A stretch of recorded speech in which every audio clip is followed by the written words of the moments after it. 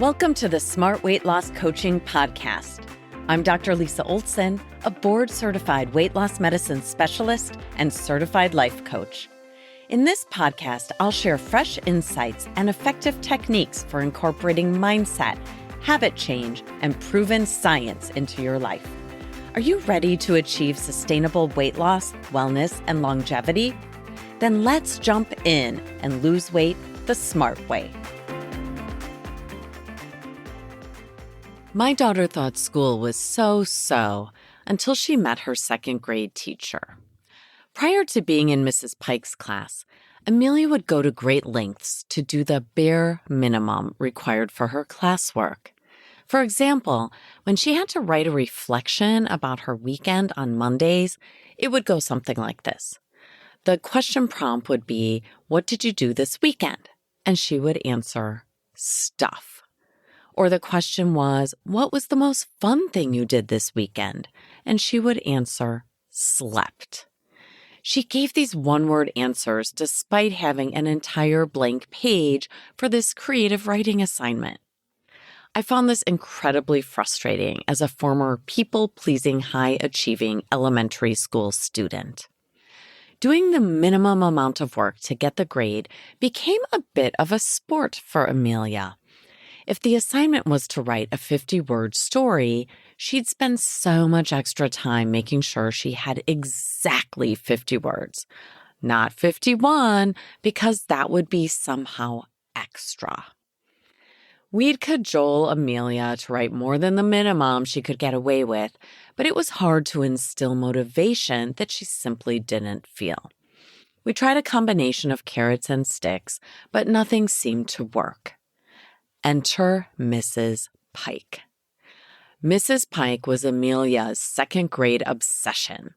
She loved her and talked about her constantly. Suddenly, Amelia was striving to wow Mrs. Pike with her schoolwork. She went above and beyond on everything. As parents, we were thrilled. And then over time, I became curious about Mrs. Pike's secret sauce. How did she create that newfound motivation in my child? It certainly wasn't with penalties for half-hearted work. I eventually discovered Mrs. Pike's magic formula for motivating kids. She simply caught them being good. Caught You Being Good was literally the name of the little paper reward certificates she would give the kids. They looked like little paper money in size and shape, but on the front it said, "Caught You Being Good." She didn't give them out for the best grades in the class or the most right answers. She gave them out for effort, for trying. Being good meant giving it a good try with schoolwork or focusing on a problem. In fact, getting a wrong answer and then being willing to try again was highly celebrated. Mrs. Pike was all about the partial credit. If you were diligently working, trying something new or hard, it didn't really matter if you got the right answer. Rather, she'd notice your effort and celebrate it with a Caught You Being Good certificate.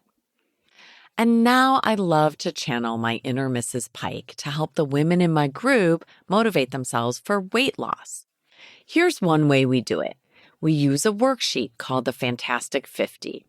You can make your own version with a Google Doc, the notes section of your phone, or just some old-fashioned paper and pen. When you have a success, especially a minor success, please write it down. Catch those little efforts, what I like to think of as micro victories. Then celebrate them, because sometimes that's all it takes to create a little momentum. We start small with any new skill or endeavor. Over time, we'll build on those early achievements. Just like her second graders didn't nail it the first time Mrs. Pike gave them a writing assignment, you might not nail it the first time you go to a party with a plan to skip the cheese and crackers. But the fact that you made a plan to skip the cheese and crackers in the first place is already a win. Put it on your worksheet. Being at a party for an hour before having any cheese and crackers is also a win, by the way. And the fact that you eventually did eat those cheese and crackers is okay. You're human and you're practicing. You made some progress, even if you didn't land where you hoped to land. Successive approximations toward the goal. In other words, we're looking for progress, not perfection. Most of us recognize our obvious wins, things like losing 10 pounds or perhaps passing on dessert when everyone else is having it. But do you celebrate when you stop after 4 cookies rather than eating the entire sleeve or box of cookies? Think about that for a second. Would you be willing to reframe eating 4 cookies as a win rather than a failure? I would, because I know I could eat plenty more than 4 cookies. I love cookies, especially when they're homemade. If I have access to a plate of my daughter's homemade cookies and I stop at 4, it's actually kind of heroic. Knowing that I really wanted to eat more, it's critical to acknowledge that eating 4 cookies is a win rather than a defeat. Would you consider celebrating the effort when you put away the ice cream after consuming half the pint? Or when you order a burger and fries but get it without a bun? In a way, these are wins too. I find most people look at these moments as failures, but when we reward our effort and progress, and not only the perfect outcome, we start to raise our sense of confidence, and from that we create motivation. This brings up the P word, right? Perfection. With weight loss, people often think they have to be perfect. I violently disagree with that.